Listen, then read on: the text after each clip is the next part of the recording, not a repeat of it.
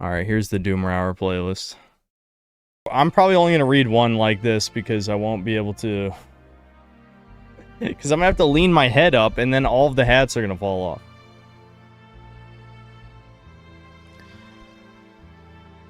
I'm the third child of 4. All of us have the same mother, but only 2 of us have the same father. I share the same biological father with my older sister, making us the only full siblings amongst us kids, yet over the years I was much closer to the other 2. My mother had us all many years apart. My mother finally decided to leave my biological father after years of beating my older brother and cheating on her. I was 2 years old. She soon got with who even to this day I consider my actual father because he raised me from when I was 3. Over the years, I would periodically see my biological father, always without my parents' permission, due to my biological grandmother watching me while they worked. My biological father was a drunk and a drug addict, but that didn't stop my grandmother from leaving me with him. Like a lot of mothers, they don't seem to want to acknowledge when there's a problem, let alone fix it. He would leave me to go get high many times as he was supposed to be watching me. I remember various instances going to see where he went, and I would find him passed out on the floor, face down in his food, or stumbling across the lawn. My grandmother would tell me, "Oh, your daddy is just sleeping, or he's just tired." But even as a child, I could tell something was wrong. Most distinctly, I remember playing Dino Crisis, and he said he had to go to the bathroom. It felt like he had been gone forever, and curiosity finally got the better of me. I went to check on him, and he was passed out on the toilet, pants down, and a needle sticking in his arm. I cried for help, and my grandmother finally came and got me given the same BS excuse. I was 6 years old. Moving on, my older sister would treat me like shit. I know what you might be thinking, that's just sibling stuff, but she got legitimate happiness out of my suffering. Oh, shit. Of course, any time I said anything, it was dismissed. Not to dwell too much on this, I'll only mention a few examples of her cruelty. She would force me to play school with her where she was the teacher and made me do her homework. Looking back, it makes even less sense because the dumb cunt was 6 years older than me. Yeah, that's literally what I was thinking. So I'm like, wait a minute, hold on here. The point is, obviously, I would get everything wrong and she would hit me and or lock me in the closet for hours. What the fuck? Is no one else around? Were you banging on the closet door and parents are just ignoring? Like, what the fuck? She once jammed my leg in the car door when she was sitting on a bench swing and saw that I was having fun climbing a tree and proceeded to pull me down from it where my shirt got caught and my stomach got bruised falling down hitting the bark. When I asked her why she did it, she said it was because she was bored. Okay. I hope this ends with you beat the fuck out of your sister when you got older, because I know I would. We used to play this game with our cousins, and she always won. One time, we were playing on this huge concrete slab that would later become a garage, and I finally won the game for the first time. I was so happy and proud of myself, but she was embarrassed, so she came and grabbed me and threw me down back of my head, smacking the concrete, giving me a concussion. And lastly, I'll mention many times she took me to Dick Kick City. What the fuck? What country is this in? If this is in the US, I would be very surprised. My older sister was the coolest person in the world to me. Or my older brother. I don't know. My older brother was the coolest person in the world to me. He was so much older than me, he was like another dad. Easily the best father figure I had in my life, I wanted to be just like him. He was my hero, so much so, I remember my 4th grade class being tasked with a creative writing assignment talking about our heroes. So many other kids chose fictional characters or celebrities and athletes. I wrote about my big brother. All the other kids laughed at me and teased me about it, but I didn't care. Even at that young age, they couldn't make me feel bad talking about him. I gotta take these hats off. It's actually distracting me. Maybe I'll just put the Doomer beanie on for Doomer Hour.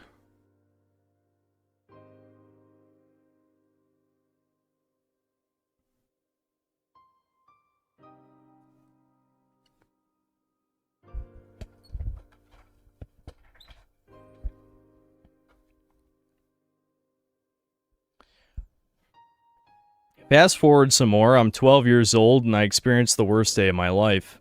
I was sent for the weekend to my Nana's house, my grandmother on my mother's side, which was weird because I rarely went over there, usually only holidays. I remember it being a very awkward time. I was left in the guest room to watch TV most of the weekend alone. Then I'm brought back home after a long, quiet car ride. I walk into the house and I immediately can tell something was wrong. The whole family is there, sad and gloomy. My mom is a wreck. She's in the living room crying. Excuse me. She's in the living room crying, with everyone trying to console her. My dad takes me into my room and sits me on the bed. Trying desperately to be strong, he tells me that my brother had died. He was driving home from work on his motorcycle when some non-human piece of shit ran into him. He went right over the handlebars and broke his neck on the curb. My dad told me it was quick, that he felt no pain. As if a 12-year-old boy would find comfort in that. The funeral was one of the hardest days I ever had to get through. The sight of my hero laying in that coffin haunts me to this day.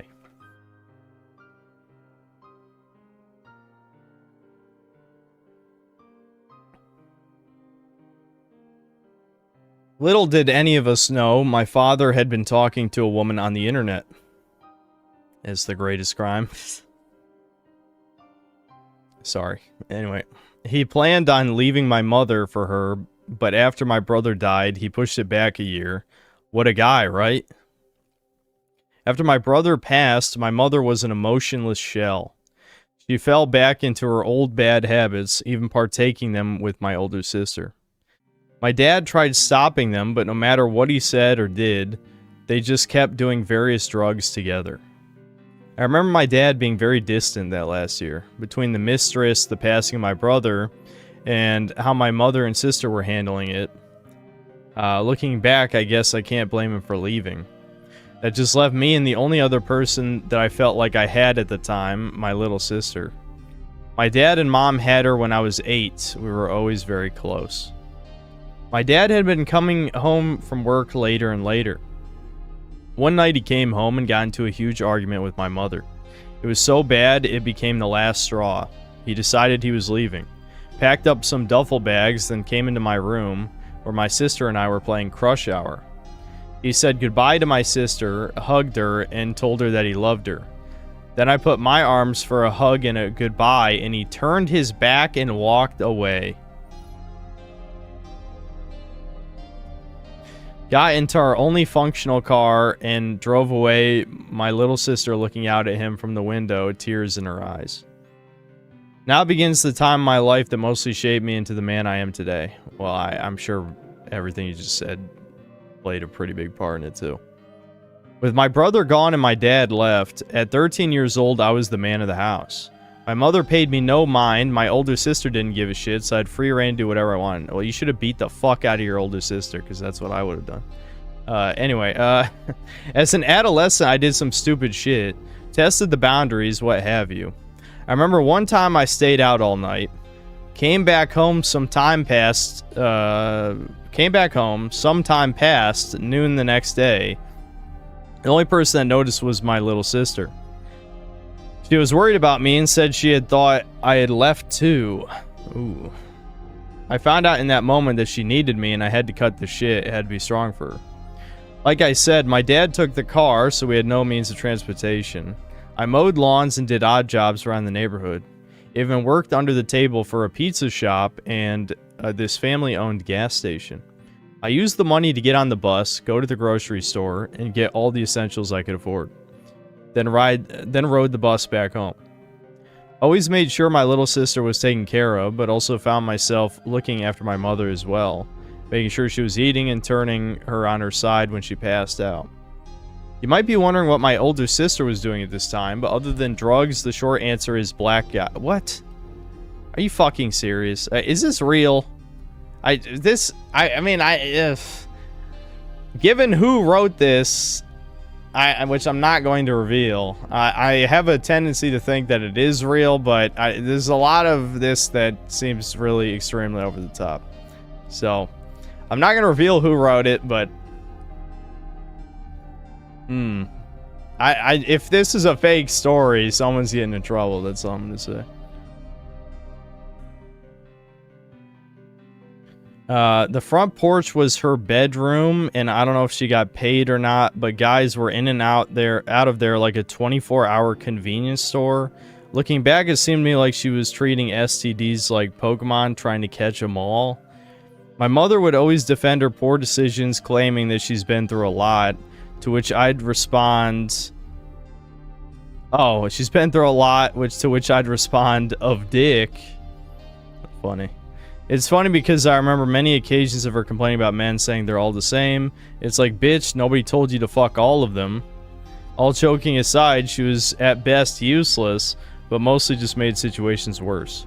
I know I said I stopped doing the dumb shit, but I'm still a kid, so me and my friends partook in other forms of idiocy. Dumbest of which was a lot of backyard wrestling. Without spending too much time on this, I'll only talk about the two most retarded things I did, which left me with a bad back and a scar in between my eyes.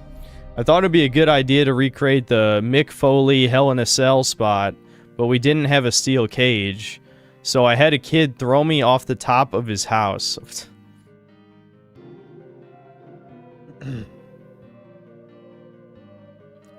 The scar is from getting hit in the head with a basketball hoop. Moving on, I'd obviously seen adult magazines and movies before, but all of that is tame compared to what was on the internet. My friends and I were exposed to all forms of degenerate garbage. I won't go into detail, but anyone around my age will remember stuff like the Pain Olympics, which really fucked with a developing child's mind. When I was 16, I'd lose another sibling. I know I've spoken nothing but negatively about her, but that's all she ever was to me. My older sister died of an accidental overdose. Be that as it may, she was still my sister and her loss was still tragic. Even if not necessarily for me, it hit my family hard. My mother and little sister most of all. My little sister was still too young and naive to hold any ill feelings for her, so she was devastated. It was even worse for my mother, of course. How could I lose two children? She would scream. Now more than ever, she would scream. Now more than ever, it was up to me to be strong and get my family through another travesty.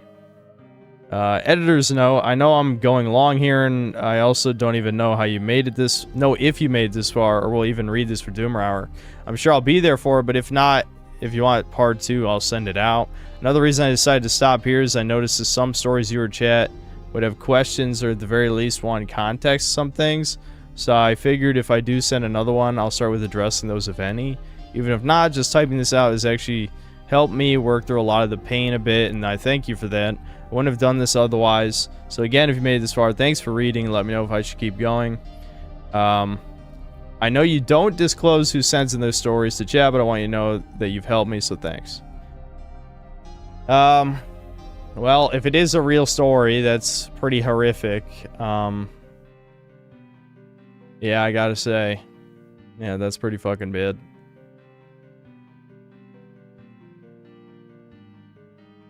There should be a rule where you have to state what country you're from in the email.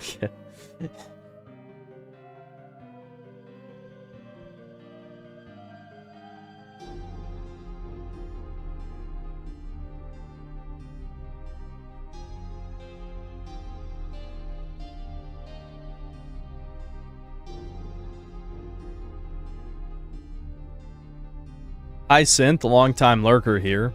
Let this be the prologue to my story, something like, hey, I'm Doomer. You're probably wondering how I ended up in this situation. Because it's sad and fascinating at the same time that when we hear your stories and those of other people from different parts of the world, I'm from Europe, sometimes I feel like I'm hearing an echo. Well, you should say which European country, don't just say from Europe. Anyway, in short, you'll be surprised when I say that my parents are people who avoid any kind of responsibility. I have a super controlling mother and an absent father. It's not that he went out for cigarettes. No, in my case, he went out for milk. No JK. Absent means working all the time and not giving a damn about me. Plus, he never taught me anything at all. Okay, so he didn't disappear forever. He just... yeah, just working. You know your parents have failed when your own mother refers to you as a quiet and well-behaved child in conversation with others, unaware that this is not a good thing. It's literally me, for real, except my mom would talk shit. But she would also say that she talked shit with our family, like my uncles and cousins and stuff. Here are a few examples of their irresponsibility. When I was 2 years old, I ran away from home, and by that I mean I was playing outside my house with my parents, who weren't watching me closely enough, and I ran away from them. I was found a few miles from home by a group of girls who saw a dirty, crying child in the center of the city and took me to the police. Apparently, I sat there crying for some time, but none of the passers-by reacted. Who do you think is to blame in this situation? Me, of course. I assume you're being sarcastic. You were only 2, so obviously it's your parents' fault. My parents always made fun of this situation, saying that I just ran away. Isn't that crazy? And then I wasn't most affected by it, but my mother... Oh, but you weren't most affected by it. I get what you're saying. But your mother, because this situation was difficult for her. Many, many years later, I found out I didn't just run away on my own, but I was taken away by my strange neighbor. He was an alcoholic.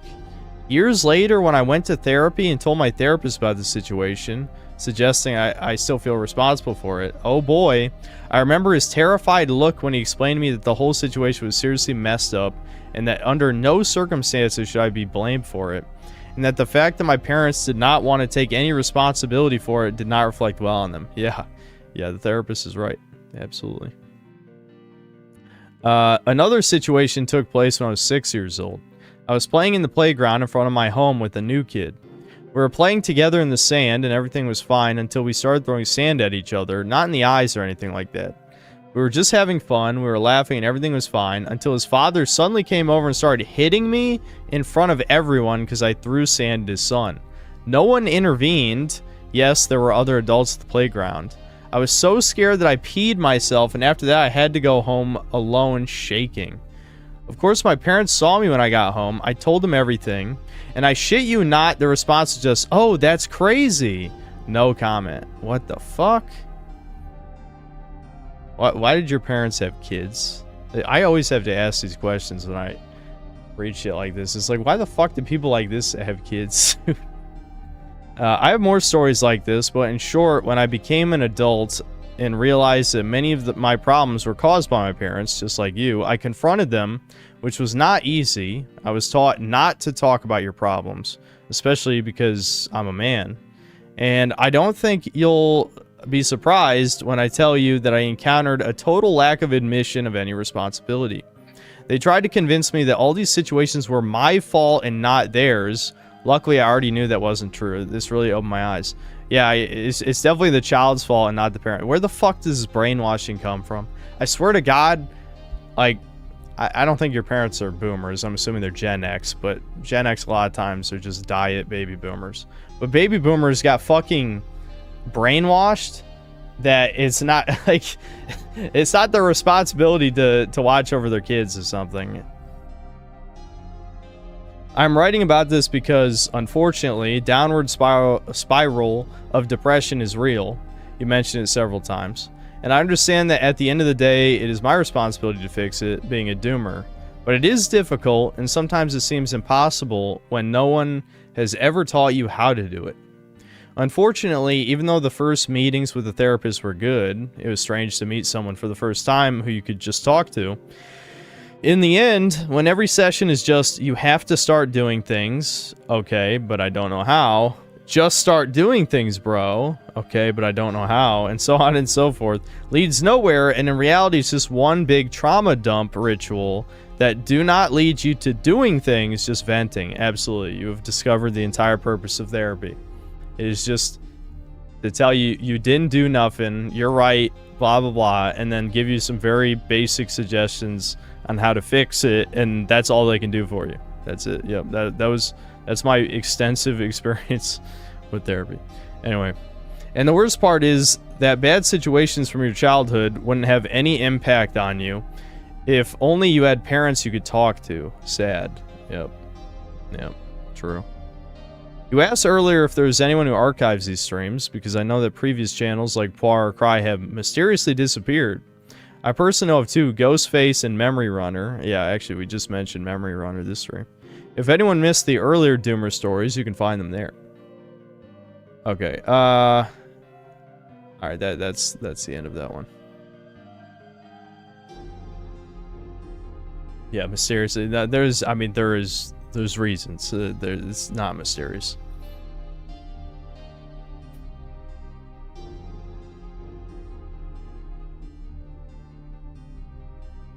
Here's a part 2, but I don't remember what the part 1 is for this one. That's okay, it's not a long one. Maybe we'll figure it out as we go. Can I put Poir back behind me? It's just not the same without Poir in the background? Sure.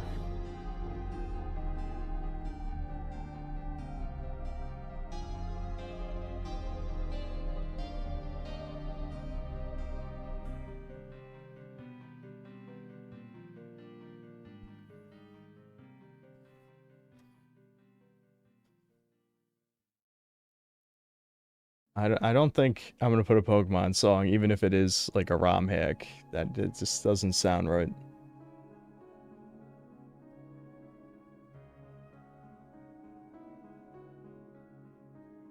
This is the we're off to a good start. Hold on.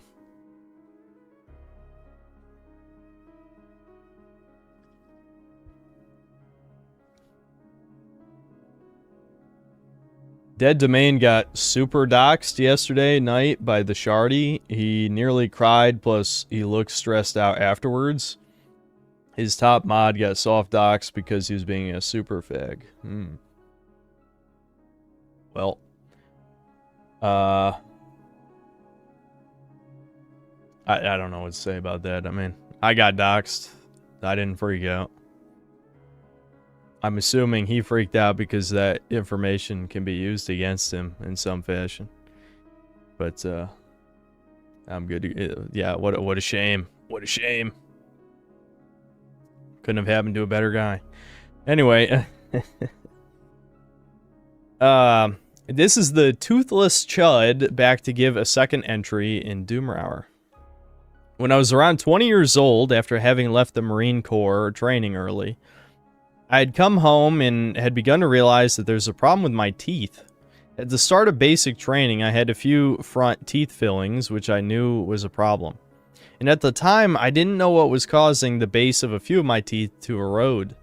But I had assumed it had something to do with me being bulimic for a time. Forcing yourself to... Yeah, I know bulimic, but yeah, he wrote in quotes, forcing yourself to vomit after you've been eating in fear of gaining weight. That was a habit that luckily didn't last too long. The Marine Corps dentist did a half-assed job filling in my teeth and probably didn't bother checking for any complex issues with my teeth, which is why I went unnoticed. I started to realize that there was a much more severe issue when I saw my gum line receding. And it had also begun to feel as though someone was stretching my gums across sandpaper. Once I had some money stockpiled, I went to check out what it could be. Excuse me. My mistake was assuming that dentists are held to the same standards as doctors, but for various ego-related historical reasons, dentistry remained detached from other medical practice.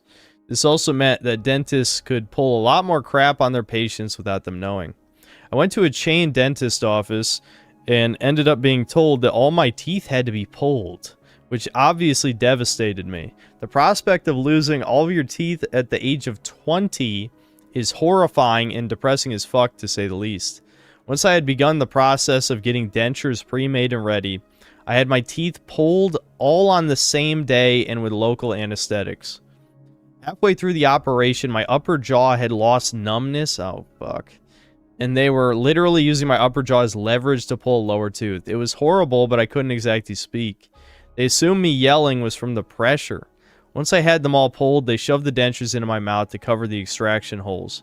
Problem was that the dumbasses made the denture far too big, and it wouldn't stay in place and seal the holes shut. So I ended up bleeding for 12 hours straight and soaked 2 towels with blood while in absolute agony. The operation as well as dentures cost me around $20,000, including a shitty electric toothbrush that they wouldn't let me remove from the bill as it was part of the package, even though they totally charged me for it. On a side note, my step-grandmother was the one driving me back and forth from dentist visits.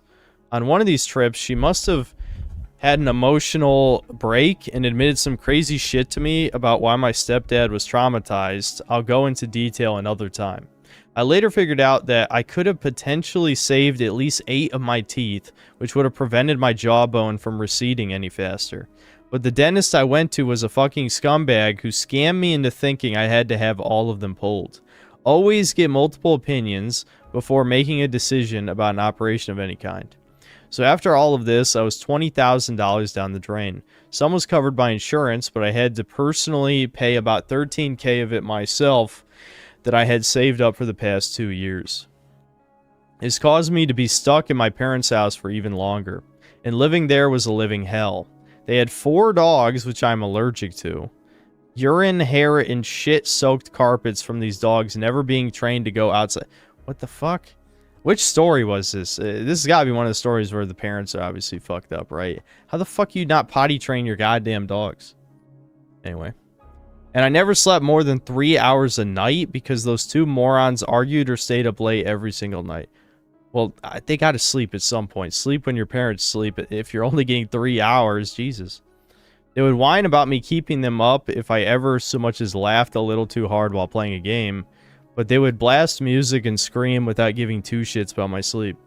Well, I mean, I'm not going to compare my situation to this, but as someone who obviously stays up past when everyone else does, yes, Devin and my mom do not care. They will scream and wake me up, but I only have myself to blame for staying up until, 3 or 4 a.m.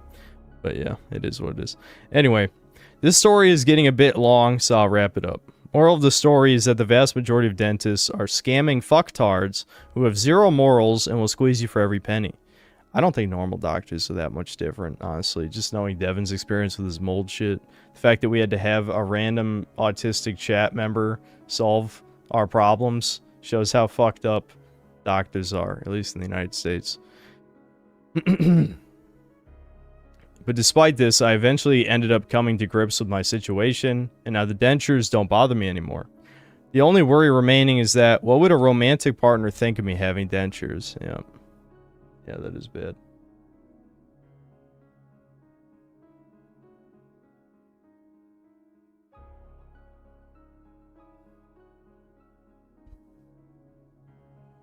Oh, Hal Fradram's here, yeah. Yeah, he's the one who helped Devin, and it's working.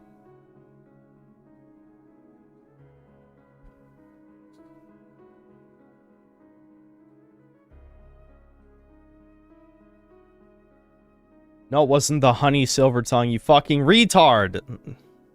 Anyway.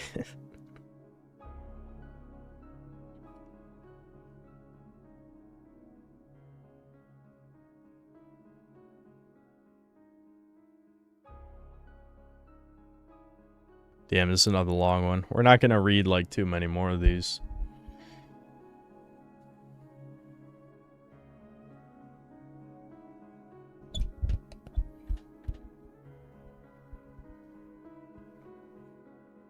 Actually, I didn't add any of the RE4 save themes, I don't think. I probably should have added at least one of them, because they're good Doomer Hour theme ones.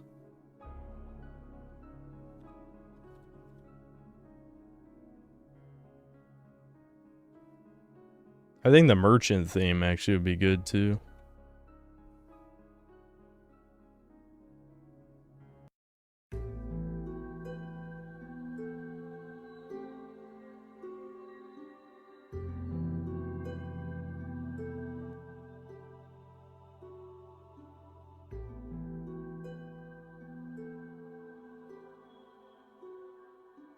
Shit,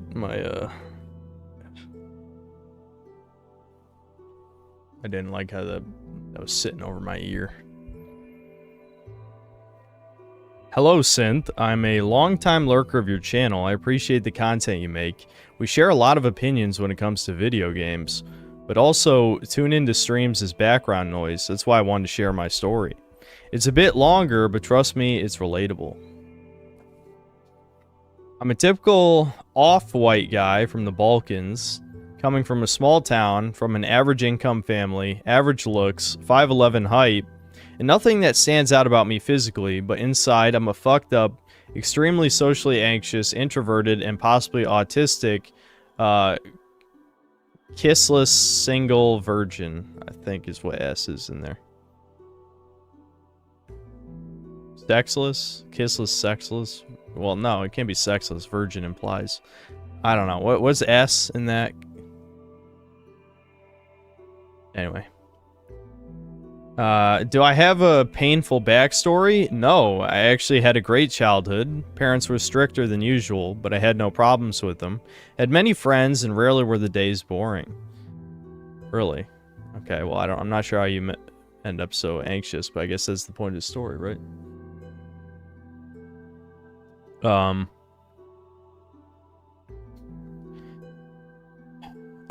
To spare you the details, everything changed as I grew into a teenager, started turning into an introvert, and eventually had to go to high school.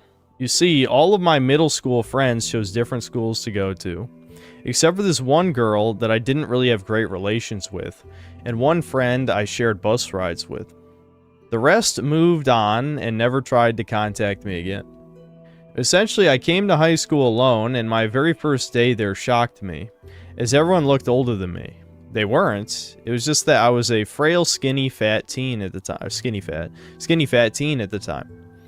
And, oh, you're right. Sorry. Since I was in parentheses, I lost track of the sentence. As everyone looked older than me and were already friended up with at least one person. I was freaking out inside, being nervous, and I avoided making any contact with anyone sitting next to me. What really killed my reputation, though, was the first gym class. Oh boy, here we go.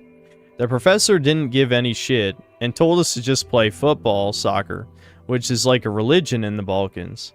So everyone around me was natural at playing it, except me, who didn't give a fuck about that sport and didn't know any rules. So what I was doing was just walking on the field, trying to avoid playing the game. However, my teammates didn't take this kindly and started yelling and insulting me. The insults got to me, and after that day, I gave up. Basically, I told myself that my reputation was ruined. I won't be able to make any friends, and the next couple of years were going to be like a prison. And I was right. The next day, everyone immediately gave me the passive-aggressive insulting greets, excluded me from their friend circle they formed before class, and avoided me like the plague. Did you try apologizing? Did you just, like, autistically ignore them? I don't know, whatever. Anyway. I tried to jester max, my last attempt at making friends. Instead, I got recorded doing autistic shit and put online. Dude, I am so glad that I am just the right age where smartphones weren't popular until I was nearly out of high school. So that none of this shit happened to me. Anyway. They didn't share these videos on YouTube. They shared them among themselves and their friends, because they were smart enough not to get in trouble. They were the typical normie types, some of them slightly retarded, that I couldn't relate to and share my limited interests with. Now, the universe did bless me with one friend that I made from a random school project, who shared my interests, didn't care about my reputation, tolerated my behavior, and I'm thankful for him. Without him, I'd not survive high school. My other friend from before that I shared the bus to school with, his addiction to drugs turned him into the weed bro, Seth Rogen type. And that's how I lost my last middle school friend. Oh, okay. You didn't want to do, you don't want to smoke weed LMAO with him? Brutal.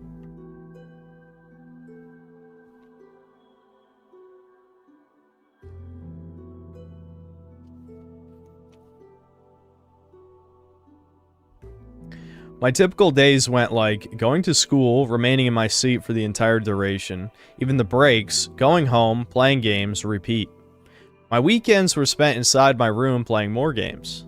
I never went out, socialized, partied, drank, did drugs, or did anything productive like the gym or learning something like Photoshop or signing up to local martial arts that I told myself I'd do. Yep, that's the relatable part. The real pain was during summer breaks. I literally had nothing to do, and I spent them rotting in my room.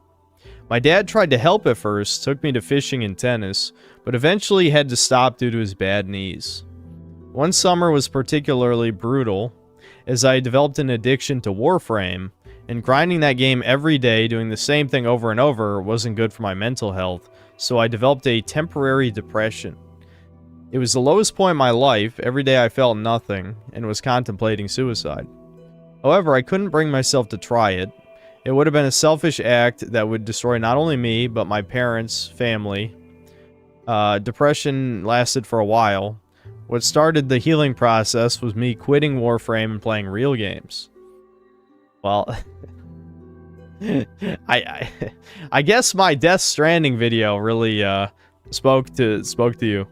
I mean, I don't know how much of an upgrade that is realistically, but it is true that there's a massive difference between wasting thousands of hours playing RuneScape, Destiny, whatever, Warframe in this example, and, you know, treating video games like an actual art form and, you know, having new experiences, you know, well-crafted, you know, relatively short by modern standards single-player game is probably a better use of your time, at least, than that slop.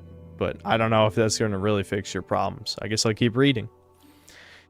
I decided I wanted to try Metal Gear Solid, and as stupid as it sounds, I felt emotions for the first time since my depression phase, and it showed me that I didn't lose my soul completely. That's good. That's probably how I felt when I played Dark Souls. It's hard to remember now, but I always forget. Yeah, I was almost 16 when Dark Souls came out. Close to 16. Anyway. Now, all of this was around the end of high school, and since I failed to fix myself sooner, I missed out on a lot of typical teenage experiences. The only girl-related stories I can tell you was me developing some feelings for that girl I knew from before, until I reminded myself that I'm a loser and shouldn't even try. Brutal. And the crazy Amazonian warrior girl, which was taller and stronger than me, which showed some signs of interest or tried to humiliate me. What? I feel like those are contradictory. Which I was too retarded and scared to acknowledge. I kid you not, she intentionally touched my pee-pee during recess and was like, whoops. And she even did shit like laying on the table in front of me. What the okay, you know what, you should have fucked the Amazonian chick then, never mind. Anyways, anyway, laid down on the table in front of me like some kind of sort of stripper thing before classes started with little to no people present. Yeah, if no one else is around, bro, you fucking, all right, now everyone's mad at you. You shouldn't have told us this, because now we're mad. I'm mad. Anyway, my instincts did dodge the bullet for me, because she announced pregnancy in the last year of high school with some dude who was like 25 at the time. That could have been you. That could have been you. Anyway, that would have ruined your life worse, though, but still. She was like barely 18 at the time. That's about all the action I had. You could have saved her maybe, though. Time for college arrived, and college wasn't much different from high school. I already developed into a recluse with no positive experiences to reinforce any change. Except this time, I had to be in dorms and share the room with two more normie assholes, which annoyed the hell out of me. By the way, my parents ruined my introduction with these people. They went with me, essentially did the introduction for me, and left me with no topics to break the ice with. That doesn't seem that bad. I thought you were going to say something. They did something really embarrassing. So college was pretty uneventful. This time I made zero friends or tried anything with women. I'm pretty sure my classmates forgot about my existence until COVID. Then I had to go home and felt happy to be alone and skipping classes I'd hate to waste time on, because in reality my college was pretty shit academically wise. I only went to it to avoid getting a job sooner. During COVID I bought a home gym and started finally self-improving a little, gaining some muscle and losing that fat I gained during college. Apart from that, I tried my hand at a few hobbies like chess and drawing.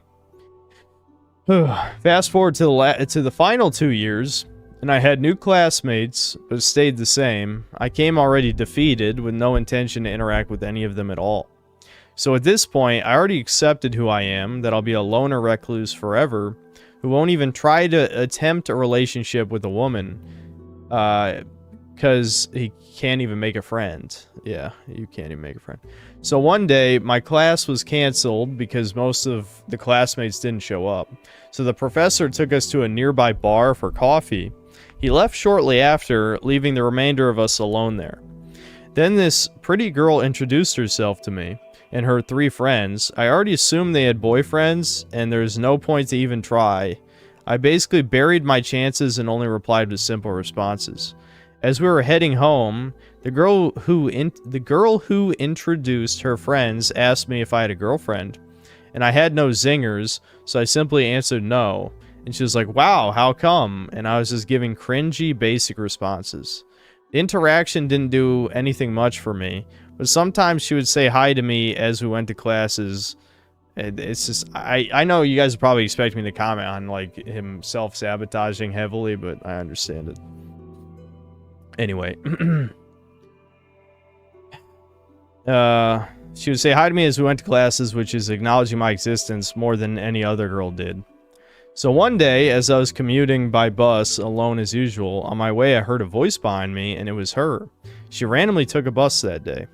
We talked on the way to classes, me being as brief and uninterested as usual. I think you might just full-blown be autistic, I'm gonna be honest. Like, you're at least 20 at this point, right? You said this is in the final 2 years, so you're probably like 21, 22, around there.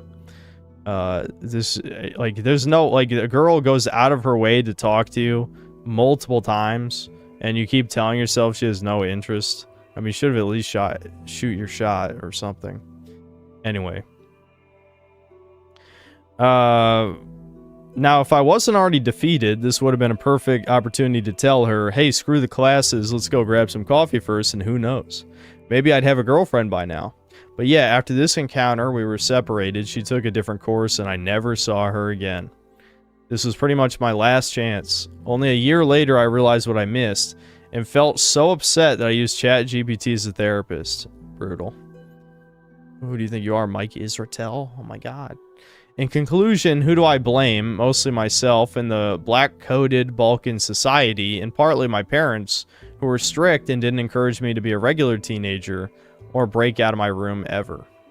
My future will probably be spent as a lonely, wagey wizard, unless I make some cash and start geomaxing, which is doubtful. Hopefully I made you and some of the chat members feel better about themselves, because at least you tried, unlike me. Best regards, word on a screen. I'm not gonna read that last sentence. Yeah, so he should have done something. I mean, that's... I'm not gonna say that's a bad lesson to take away from the story. There's probably many cases like that. But yes, you should try. If there's an opportunity... If an opportunity presents itself to you, you should try. Now, you know, people will tell you something retarded, like cold approaching, joining a bike club, or a cooking class or something. That's retarded. But, like, if an opportunity presents itself and you don't do anything, then, yeah, you kind of gotta blame yourself.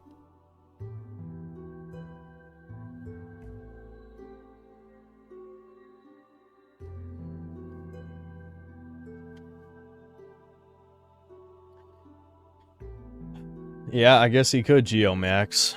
He could geomax.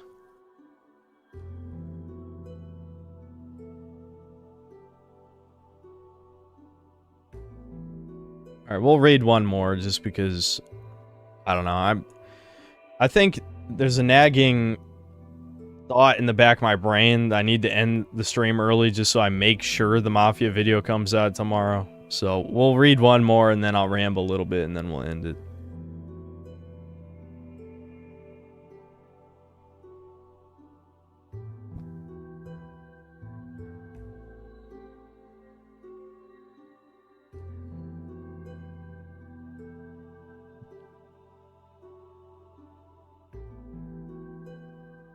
Alright, I'm gonna save Rasputin part 2 for next time, because I'm not feeling it. I'm not gonna read Super Mega Doomer. I'll just save that for next time.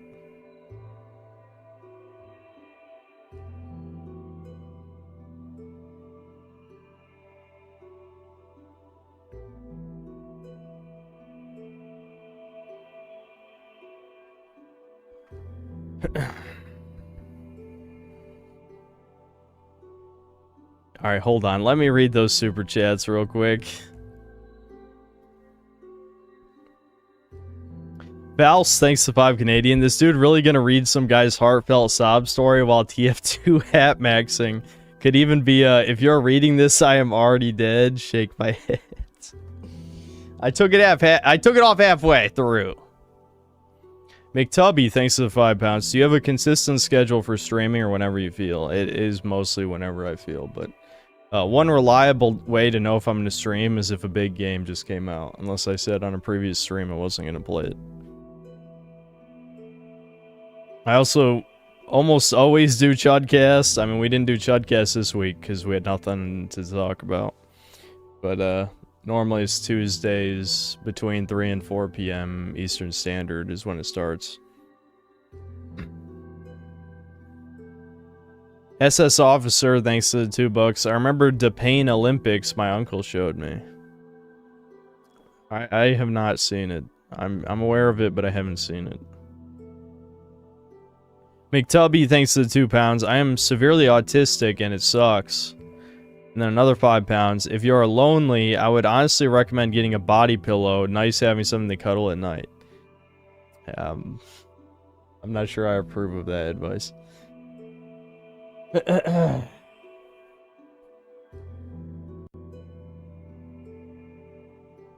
My week wasn't the same without your GT review. Dude, how Super 17 gets taken out is so fucking bad. It kind of made me mad. That's the guy who super chatted the blacked porn name. Alright, maybe I should just ban the severely autistic man. I don't know. Oh, he's a member. Don't fucking post that. Stop touching your wiener. Alright, how about that?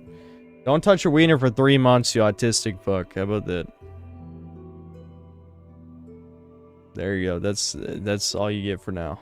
If you piss me off, then you get banned.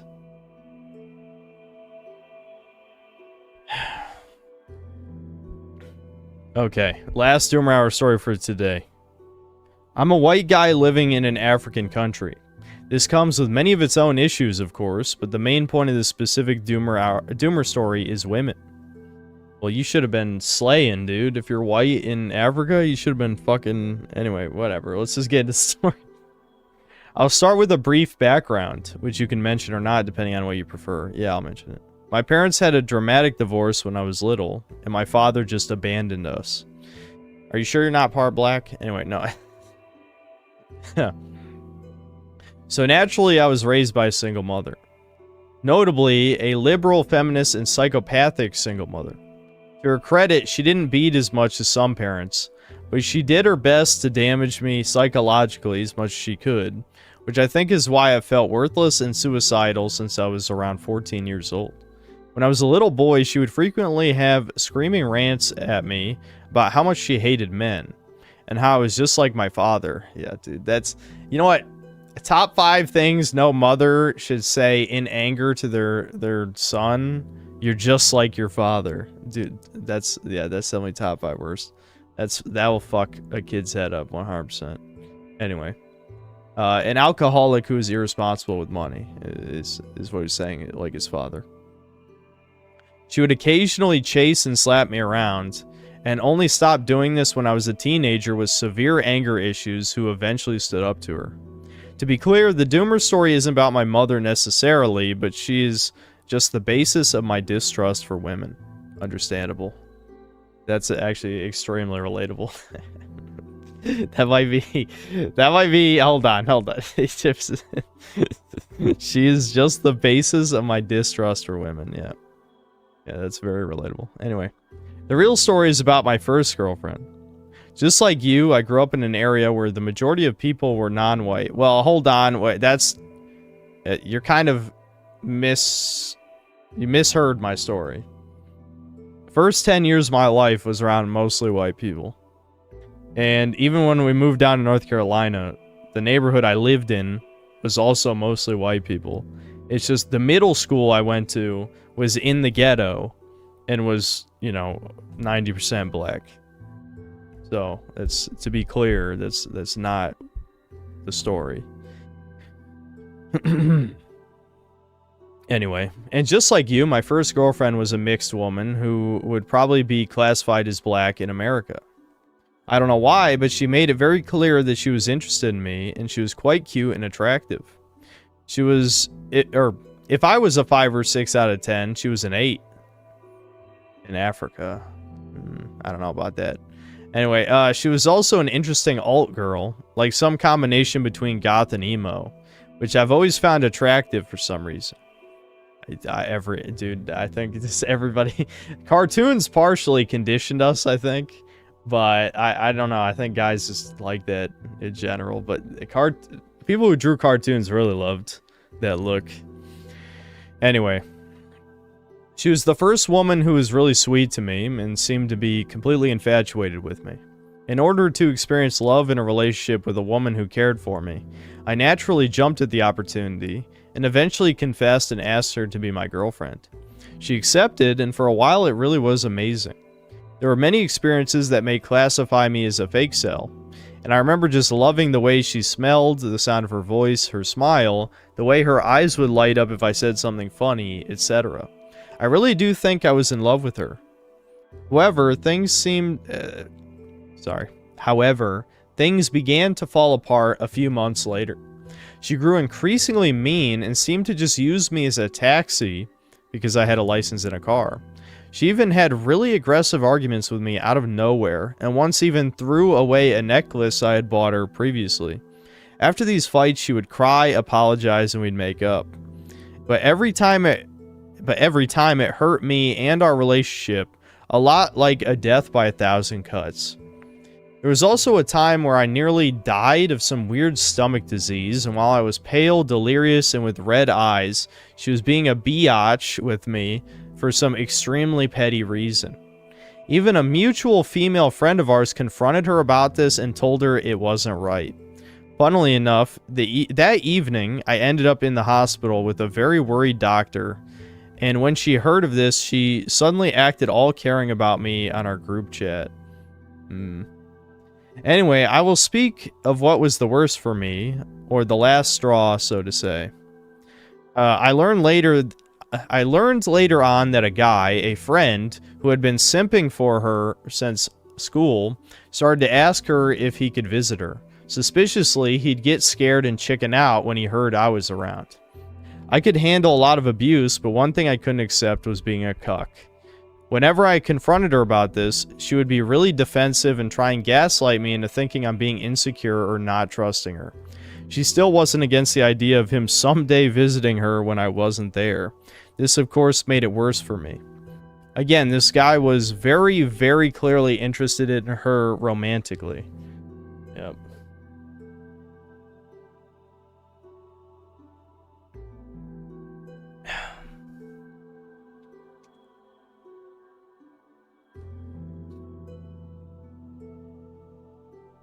Hold on. Strangely, after that, I did a favor for a classmate of ours, a girl who happened to be a friend of mine and who had a boyfriend, and gave her a lift to her friend who was... Hold on, I didn't even comprehend that sentence at all. I'm more tired than I realized I was. Hold on. Did a favor for a classmate of ours, a girl who happened to be a friend of mine. Okay. And gave her a lift to her friend who was living in a hostel in a different town. I told my girlfriend this, but she completely lost it with me. What made it worse was that this girl actually gave me a gift to say thanks, where my girlfriend could see. Oh, shit. Oh, boy. Okay, so she was starting shit then, is what it sounds like, this other girl. Even though we both independently made it clear what happened, she basically accused me of cheating, which is something I never do to anyone, which means she was probably already cheating on you. That's what that means in my head. Somehow she didn't see the double standard with her simp who kept trying to visit her and get in her pants. Or he already did. Things got bad enough that I had to break off things with her. It was pretty painful, not gonna lie, and I even cried when I was alone, but I think it was the right thing to do.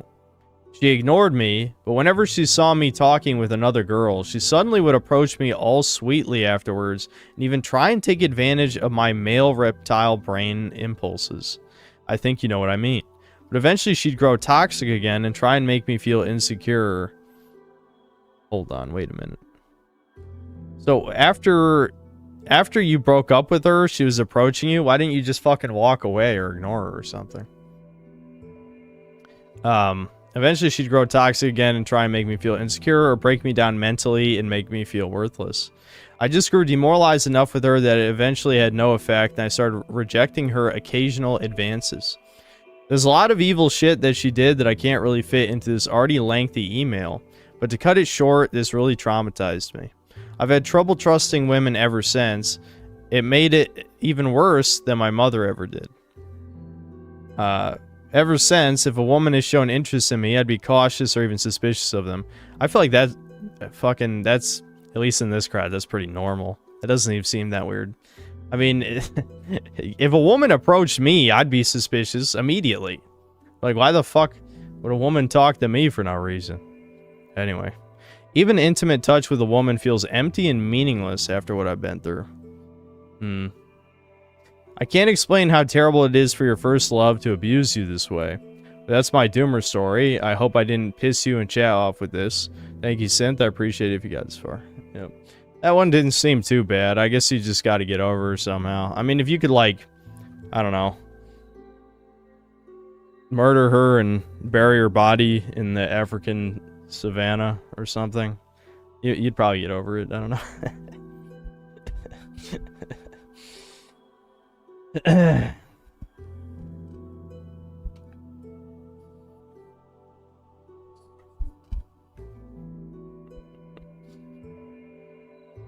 Yeah, Rasputin, I'll save yours for next time. I didn't feel like reading a super depressing one, because I already know it will be.